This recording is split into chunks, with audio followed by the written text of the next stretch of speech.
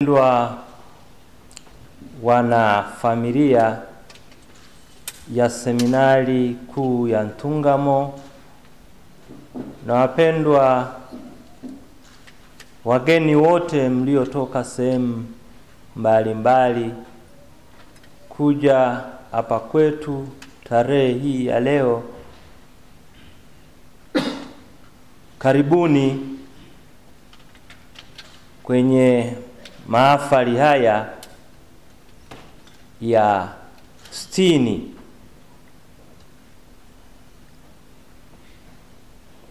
hapa seminarini Ntungamo.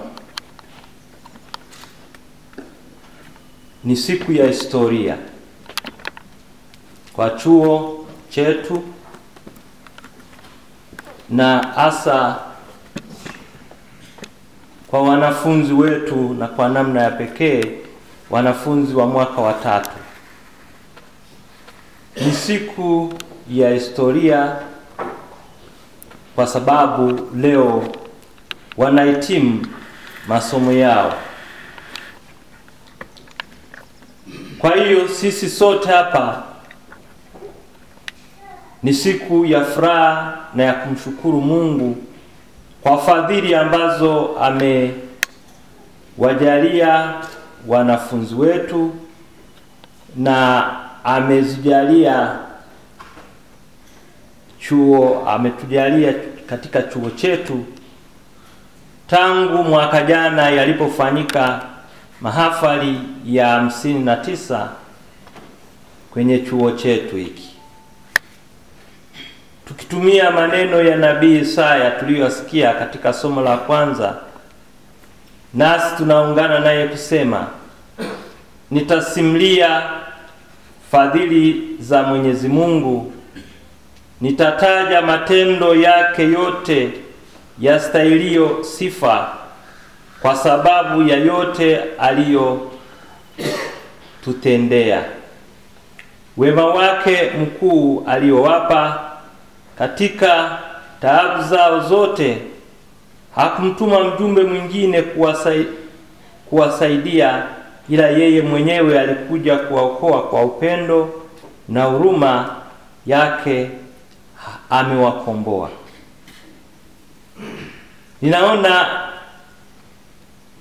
Nimeona nichukue maneno haya ya somo la kwanza kwa sababu yanaakisi furaha, nderemo na shangwe tulizonazo siku ya leo. Mungu amewatendea makuu. Mnapofikia hapa katika siku ya mahafali,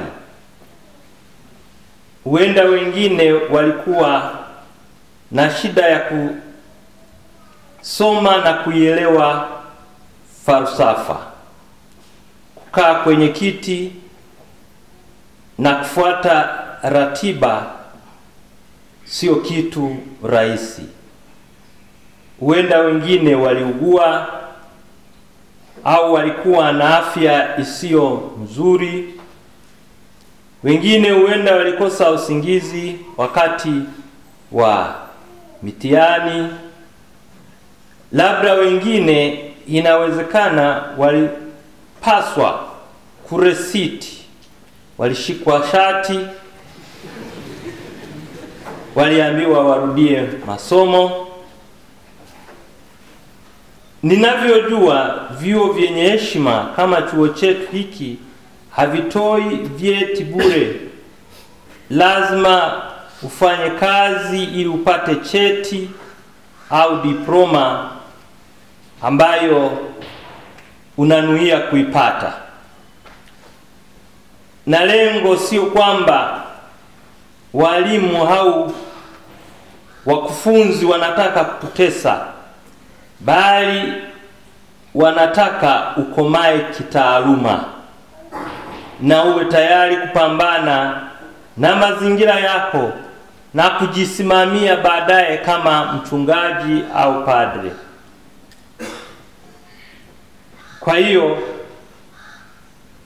yote hayo yamefanyika kwa lengo zuri,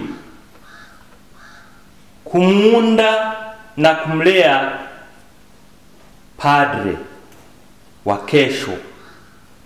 Ninawashukuru sana wote ambao wamechangia katika kuwalea hawa wana falsafa wanaomaliza mwaka wa 3.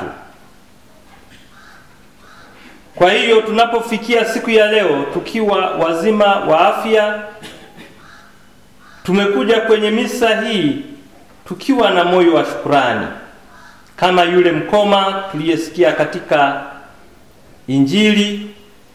Yeye baada ya kuona makuu waliotendewa na Mwenyezi Mungu, alirudi kumshukuru Mwenyezi Mungu kwa kumponya kwa wema wake aliyokuwa amemtendea. Hivyo kila mmoja wenu wahitimu, mnajua mahangaiko au changamoto au furaha mlizozipitia, hivyo inabidi kumshukuru Mwenyezi Mungu. Hata na wale ambao hawahitimu, lakini kuondoka kwenu kunatoa fursa wale ambao wako mwaka wa 2 waingie mwaka wa 3, na wale walio mwaka wa 1 waingie mwaka wa 2, na wengine ambao wako malezi wanaochungulia kwa hamu kuingia falsafa na wenyewe waweze kufika. Mimi nilipita hapa. Nakumbuka nilivyokuja hapa nikiwa na furaha, nikiwa na moyo wa kujitayarishia upadre. Kwa hiyo wote wanamshukuru Mungu, au sote tunamshukuru Mungu. Tukisema sote, maaskofu wanamshukuru Mungu ambao wamewatuma hapa, wale ambao wanawategemea kwamba mtakuwa mapadre, na wenyewe wanamshukuru Mungu. Kwa hiyo kila mmoja anakuwa na furaha yake. Wapendwa, nina imani mmejitahidi kusoma, na huu ulikuwa wajibu wenu katika miaka hii 3. Na kwa kuwa ulikuwa wajibu wenu katika miaka hii 3, mmekuwa mkitayarisha maisha ya mbeleni, maisha ya kuwa watumishi wazuri wa altare. Kuna mwanataaluma na mpigania uhuru Marekani mweusi anaitwa Malcolm X alisema, "The future belongs to those who prepare for it." Kwa hiyo maisha ya mbeleni yapo kwa ajili ya wale ambao wameyatayarisha, na wakiwa wametayarisha maisha hayo vizuri. Na kama nilivyokwisha tangulia kusema, mepitia changamoto mbalimbali. Na baba mmoja aliyekuwa anafundisha somo la metodolojia, ambaye nina imani labda huenda mmekutana naye, alikuwa ni Joseph Donda. Miaka ile ya miaka 1970 na kitu, alikuwa anafundisha somo la metodolojia huko Nairobi. Aliwahi kusema, "Before the gates of excellence, the high gods have placed a big sweat." long is the road to reach there because of rough and steep roads at first. But when the heights are reached, then there is easiness, though grievously hard in the winning. Labda wale ambao mfahamu Kiingereza ni kwamba mbele ya utukufu wowote lazima utoe jasho. Unapitia kwenye njia ambazo wakati mwingine sio rafiki, zina miteremko, ni nyembamba, lakini mwishoni unafika. Kwa hiyo na nyie mnaohitimu falsafa, huenda imekuwa ni hivyo. Na kwa sasa ndiyo maana sote kwa pamoja tunafurahi siku ya leo na kushangilia. Sisi tuliofika, naona wageni wa aina mbalimbali wamealikwa, watawa, waamini, jamaa na rafiki zenu. Tumekuja kushangilia ushindi huo. Tumekuja kuwa nanyi kumshukuru Mwenyezi Mungu kwa sababu yote ambayo mmeyafanya. Mimi niko hapa kumshukuru Mungu nanyi kwa niaba ya Baraza la Maaskofu Katoliki Tanzania pamoja na wakuu wa mashirika ambao wametuma wale ambao wanatuma wanafunzi wao hapa. Pia leo ninawaalika tukumbuke maneno ya mwanataaluma mmoja, Benjamin Franklin, mmoja wapo wa waanzilishi wapigania uhuru wa taifa la Marekani. Yeye alisema, an investment in knowledge always pays the best interest. Kwa hiyo mmewekeza katika elimu, kupata maarifa, mjue kwamba mtapata faida kubwa maishani mwenu mkiwa wachungaji. Nyinyi mmewekeza kwenye elimu. Sasa muombe Mwenyezi Mungu awafikishe kwenye altare ya Bwana. Ninapenda niendelee kuwashukuru Baba Gombela, walimu wote, maprofesa, masista, wahudumu, hata na mapadre wa jimbo letu la Bukoba ambao wamekuwa akija huku na kutoa huduma.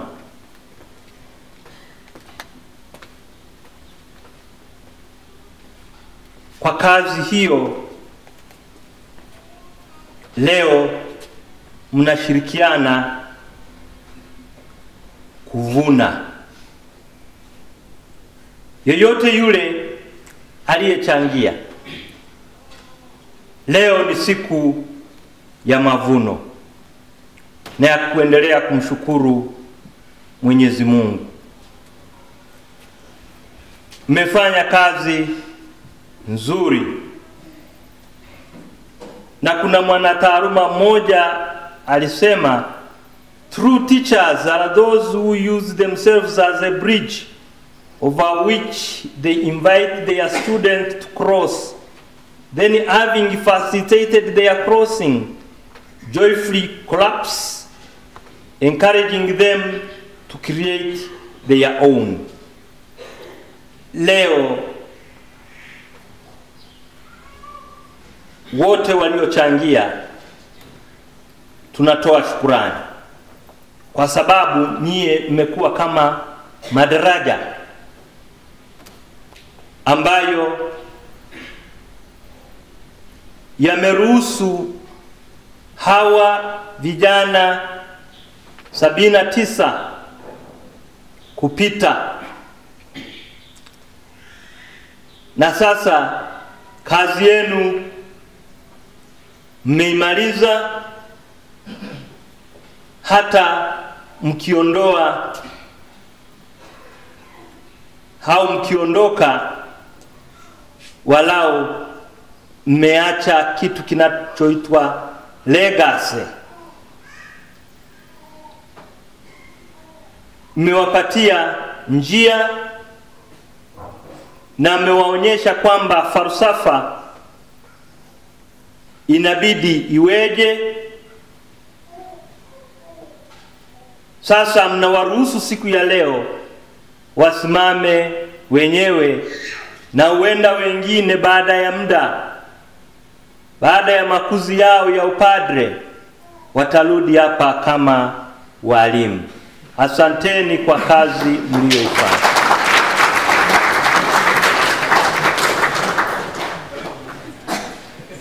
Wapendwa wahitimu, mmehitimu masomo yenu ya falsafa. Mmejifunza fikira sahihi, logic thinking. Sasa mnapoenda kwenye vyuo vya teolojia, ishini kama watu waliojifunza maadili na namna nzuri ya kufikiri. Yaani msije ukabakia kama hata mtu ambaye hata akipitia hata falsafa. Mtu unavyo toa hoja zako na unavyo kama wengine watakuwa wahubiri, mtu anaangalia huyu alipitia wapi, falsafa au akupata muda wa kupitia nini, falsafa. Kwa hiyo ni changamoto, you are challenged. Mnahitimu, lakini mnapewa changamoto hiyo. Na kuweni makini mnapoongea na watu, hasa wakubwa wenu wa kazi, maaskofu, mapadre, watawa, walei na wengine mtakao kutana nao katika utume. Ujue wengine wameisha sahau mambo haya ya falsafa, na wengine huenda wakupitia falsafa hizo. Sasa sisi tulipokuwa tunasoma, lakini sijui siku hizi siwakutani, si walikuwa anatufahamu tulipokuwa tunaenda tunabishana, sijui ni subjective, hii ni objective, ni nini. Walikuwa wanatuambia kwamba ukiwaona utawaona wanabishana. Sasa usije ukaanza kubishana huko, amwambia hii sijui ni subjective, asikokuwa hii ni objective, hiyo sio correct thinking. Watakushangaa kwa sababu umekosa nini? Busara. Inawezekana hata ninavyoongea niposema watu wote wanafurahi, nadhani wengine walikuwa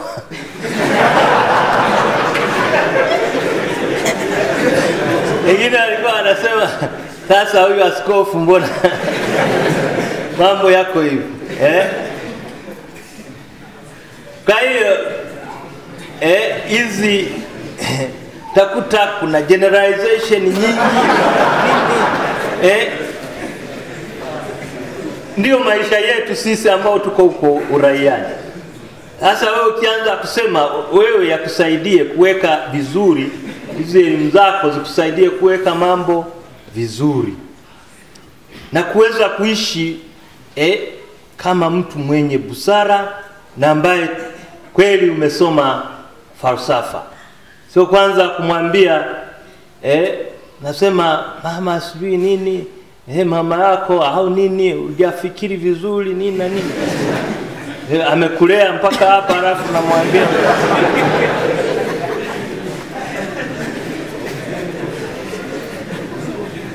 alafu kumbuka katika maisha haya nyie mmejifunza fikra sahihi,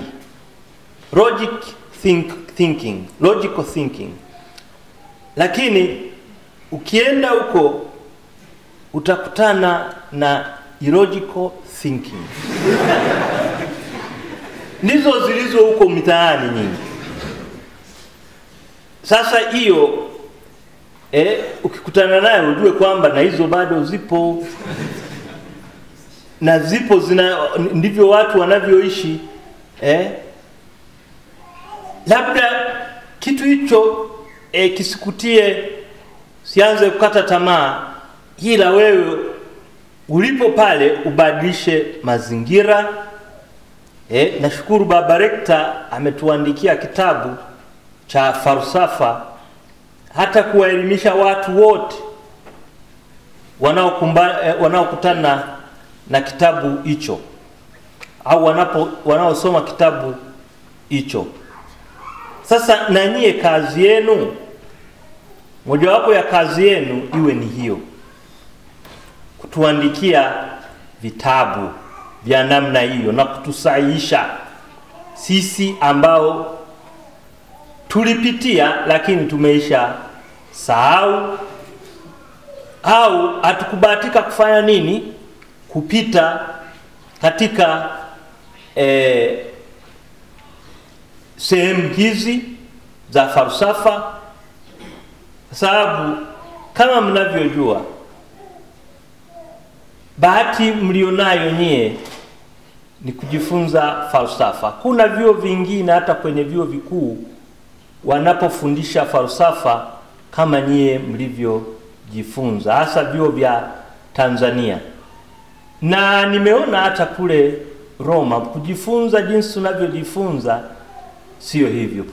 Na ndio maana mababa askofu wenu bado wanasisitiza kwamba muandaliwe katika mazingira yetu ya Kitanzania na katika vyuo vyetu, na hata kama baadaye mnatumwa sehemu za nje, mkienda huko mnakuwa mnafaa zaidi. Vitabu vyetu vya Tanzania ninavyojaribu kuviangalia, au seminari zetu za Tanzania zinatoa kwa mazingira yetu elimu nzuri, na ndivyo inavyosisitizwa katika maandiko ya Mtaguso wa Pili. Nasema kwamba wanafunzi wa kanisa Maria walelewe katika mazingira yao ili waweze kujua tamaduni, waweze kujua mira na desturi, pamoja hata watu wanafikiria namna gani na mifumo ya siasa na vitu vingine kama hivyo. Na hii imefanyika hivyo. Wapendwa wahitimu, mtapewa vyeti vya kutambulisha elimu yenu.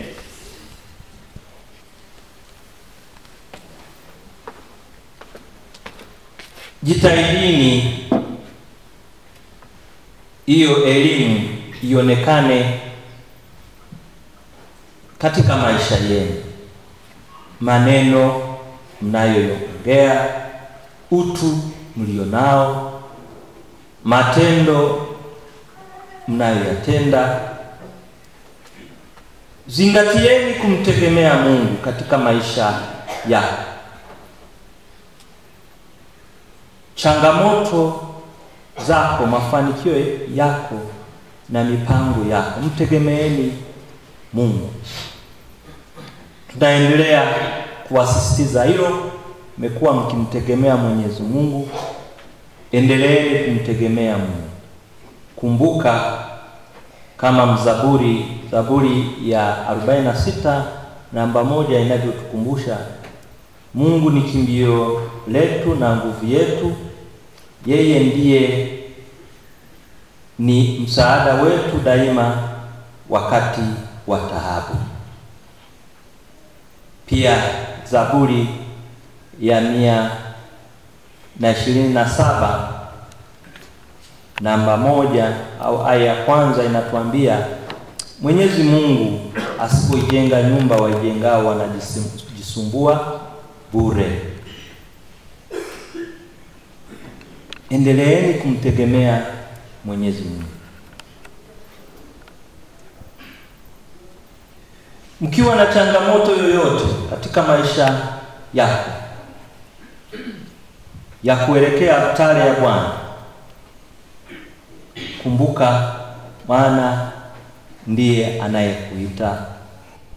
Kama mlivyokuwa mnaimba tulipokuwa tunaingia kanisani kwamba Mungu ndiye tegemeo letu na Mungu ndiye anayewaita.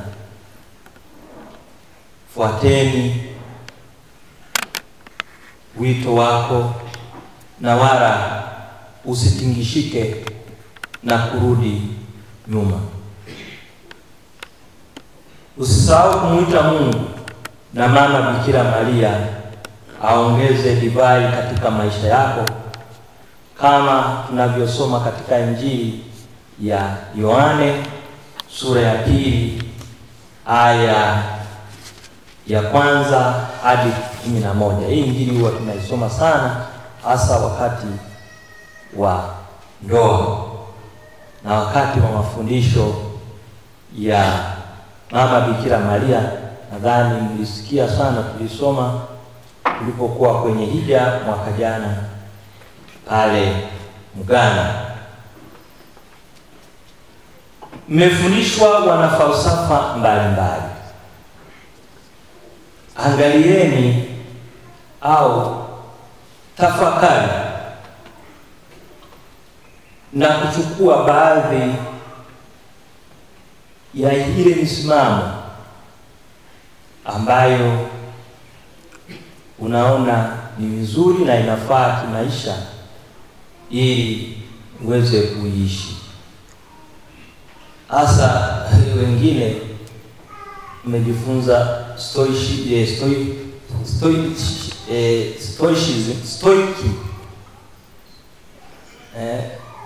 alafu wengine Epicurean. Sasa unahitaji kwa namna fulani ustoiki katika nini? Katika maisha. Kwa hiyo ndio maana nasema chukua walau ile misimamo ambayo ni ya kati. Sio sema kichukua misimamo kama ya Epicureans, nadhani utakuwa umepotea njia. Kwa hiyo chukua yale mafundisho ya kanisa ambayo yako katikati, kama anavyotuambia Mtakatifu Agustino, in media virtut stat. Yani kila mara kaeni katikati, sio pembeni na wapi. Chukueni wanafalsafa ambao tayari ni wanateolojia, wawe dira yako katika maisha yako, kama Mtakatifu Agustino. Nimefurahi kuona kwamba mmejifunza vizuri falsafa hiyo na misimamo yake. Mtakatifu Tomaso wa Aquino na wengine wengi ambao mmekutana nao. Na kwa namna ya pekee angalia watakatifu na kuwaiga. Takatifu aina mbalimbali. Na leo, siku ya leo tumepewa huyu mtakatifu ambaye ndiye mlinzi wa seminari yetu, Mtakatifu Antoni wa Padua, padre na mwalimu wa kanisa. Huyu nilikuwa najiuliza na bado natafakari, labda kwa sababu ya maombezi yake. Kwa naangalia Mwadhama alikuwa ni mmojawapo wa watakatifu ambao walikuwa kwake ni waombezi wakubwa. Na hii inajionyesha, sikuongea naye na sikuwahi kuongea naye. Labda alipokuja Rubia tulikuwa nadhani kidato cha pili au cha tatu, ndo aliongea nasi, na tulipofika Segerea kidogo aliongea nasi, lakini kumuuliza kwa nini alichagua mtakatifu huyu, lakini ukiwa unaangalia ni mmoja wapo, nadhani alikuwa muombezi wake katika utume, kwa sababu seminari kubwa hii aliweka chini ya ulinzi wa Mtakatifu Antoni wa Padua.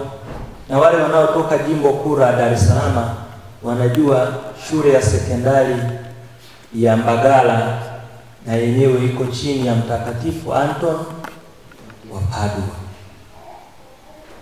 Kwa hiyo unaona yeye ameshatangulia mbele ya haki na alifanya utume uliotukuka. Kwa hiyo na sisi ambao tuko nyuma yake, nadhani tumchukue mmoja wapo kama watakatifu wa kutuombea katika safari ya kuelekea wito mtakatifu.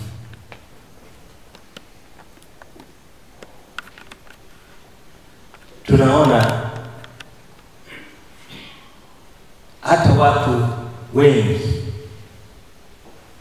ndio wengi wenye imani, wanamuomba huyu mtakatifu Antoni wa Padua awe mlinzi wao. Na huyu mtakatifu Antoni wa Padua anasifika kwa maombezi mbalimbali. Hata tumesali katika sala ya collect au ya utangulizi kwamba huyu mtakatifu ni muombezi wa watu mbalimbali na walio na mahitaji na hasa vitu vilivyopotea. Kwa hiyo huyu mtakatifu na sisi tumfanye awe sehemu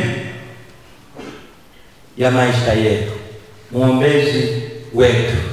Na mnaweza mkatafuta maandiko zaidi juu yake, ukaona jinsi mambo aliyoyafanya. Yeye aliandika vitu vingi vya teolojia au maandiko mengi ya teolojia, na alikuwa mhubiri mzuri. Anie ambao tunawategemea mtakuwa wahubiri, ni kiwanda ambacho tunategemea kupata mapadre, kupata maaskofu, na mimi nilipitia hapa.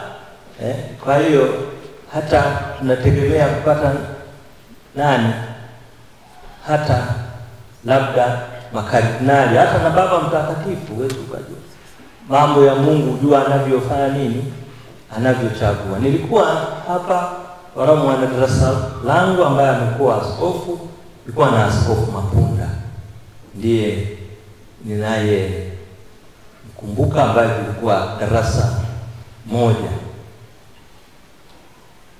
Kwa hiyo huyu mtakatifu Antoni wa Padua mchukue awe mmoja wapo wa waombezi katika maisha yako ya kuelekea wito mtakatifu. na iga fadhila zake. Yeye alikuwa na ibada kwa mama Bikira Maria. Kwa hiyo na nyie ninawaomba mwigeni huyu mama Bikira Maria, mama wa mitume, mama wa seminari. Kwa hiyo kuweni na imani kwa mama Bikira Maria. Huyu mtakatifu ukisoma maisha yake pia unapata dhamira nyingine. Huyu alipambana na uzushi, hasa katika nchi za Ufaransa na Italia. Pambana na uzushi katika sehemu hizo. Sasa uzushi huenda kwa kuwa wewe ni frateli au labele, itakuwa sio rahisi kuweza kupambana na uzushi, lakini kupambana na vilema yako, huo ndio uzushi kubwa ambao unaweza ukapambana nao. Kama una kiburi, unapinga yale yanayopita ambayo yanakuwa ni kweli, au una tamaa za kupata mali, kupata kile na kupata kile. Sasa hayo yaweke mikononi kwa Mtakatifu Anton wa Padua. Muombe akuombe. Yeye alipenda kufundisha dini wa Afrika, lakini Mwenyezi Mungu hakumpatia nafasi. Alibaki kule akitaka kuja Afrika, lakini alishia katika kisiwa cha Sicily. Wale watakaoenda Italia au Sicilia wataona kwamba kipo karibu na Afrika. Kwa hiyo alishia hapo.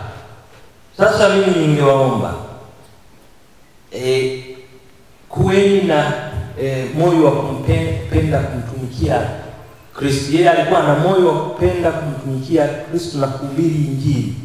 Na nyie jengeni tabia hiyo na muombe akuombee uweze kuwa na tabia ya kumpenda Bwana wetu Yesu Kristo, kuwa tayari kujitoa kwa ajili ya utumishi wa kanisa. Kujitoa kabisa, sio kwamba umegawanyika. Unakuta wengine anapenda upadre lakini anataka abebe na kitu kingine, ama alivyokuwa anasema kwamba mtu anapenda upadre lakini anabeba ngamia. Ilishawahi kuambia anabeba chui, anabeba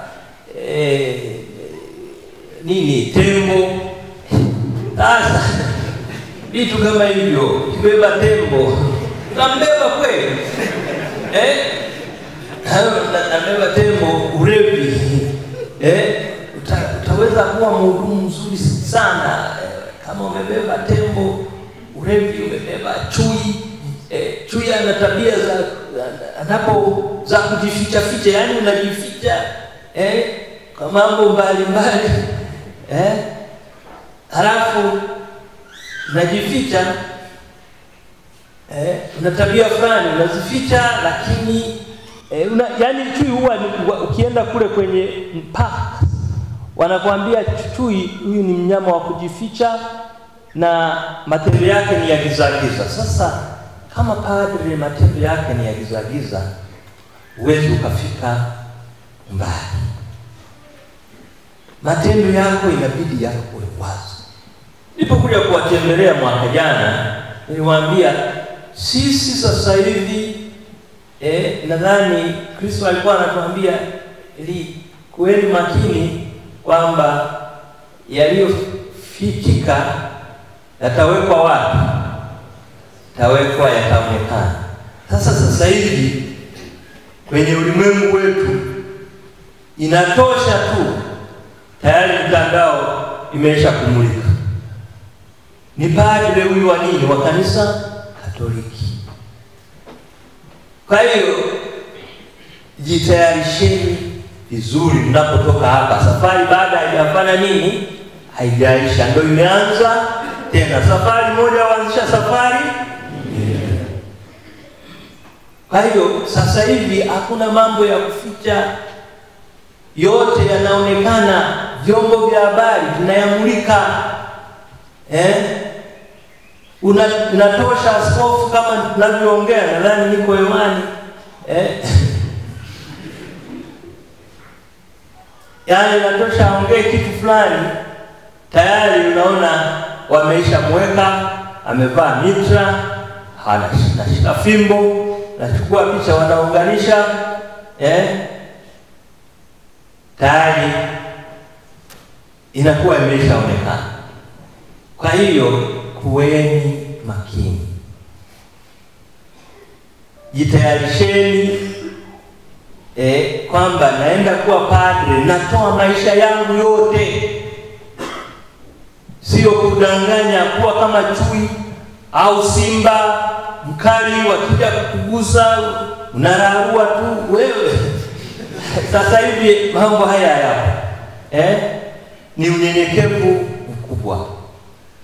Tafakari Mtakatifu Yuda Tadeu, Mtakatifu Antoni wa Padua, kusudi uweze kujifunza kutoka kwake, uendelee kujifunza, na zaidi tuendelee kujifunza kwa mwalimu wetu, Bwana wetu Yesu Kristo, ambaye anatufundisha, na tumuombe atujenge, atuimarishe kama alivyowaimarisha hawa watakatifu, na sisi atuimarishe tuweze kuwa watumishi wake waaminifu wakati utakapofika, tukianzia na sasa. Tumsifu Yesu Kristo.